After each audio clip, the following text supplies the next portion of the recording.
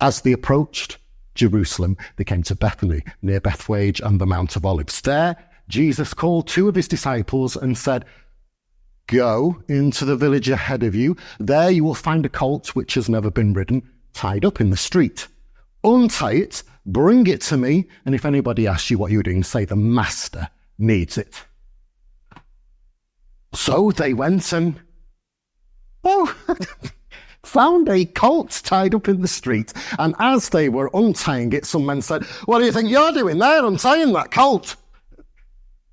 They answered just as Jesus had told them to, and the men sent them on the way. And as they brought the colt to Jesus, they put their cloak on it, and he sat on it.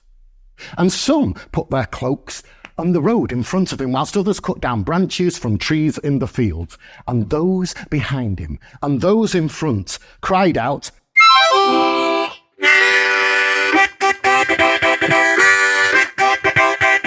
"Hosanna! Blessed is he who comes in the name of the Lord.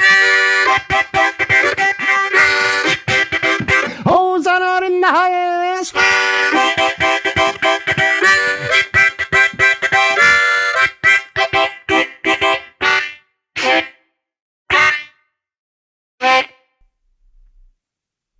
And as Jesus entered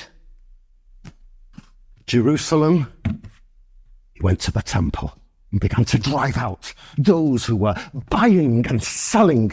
And he kicked over the tables of the moneylenders and the benches of those selling doves, and he would not let anybody carry merchandise through the temple corridors. Then he began to teach them, saying, "Is it not written, 'My Father's house will be called a house of prayer for all nations,' and you have turned it into a den of robbers."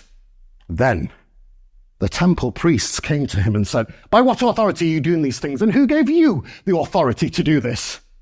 "I'll ask you a question. Answer me, and I will tell you by what authority I do these things. John's baptism, was it heaven sent or of human origin?" They went and discussed with one another, saying, "If we say it was heaven sent, he will say, 'Well, why didn't you believe it then?' But if we say it was of human origin," They greatly feared the crowds, for many believed that John the Baptist really was a prophet.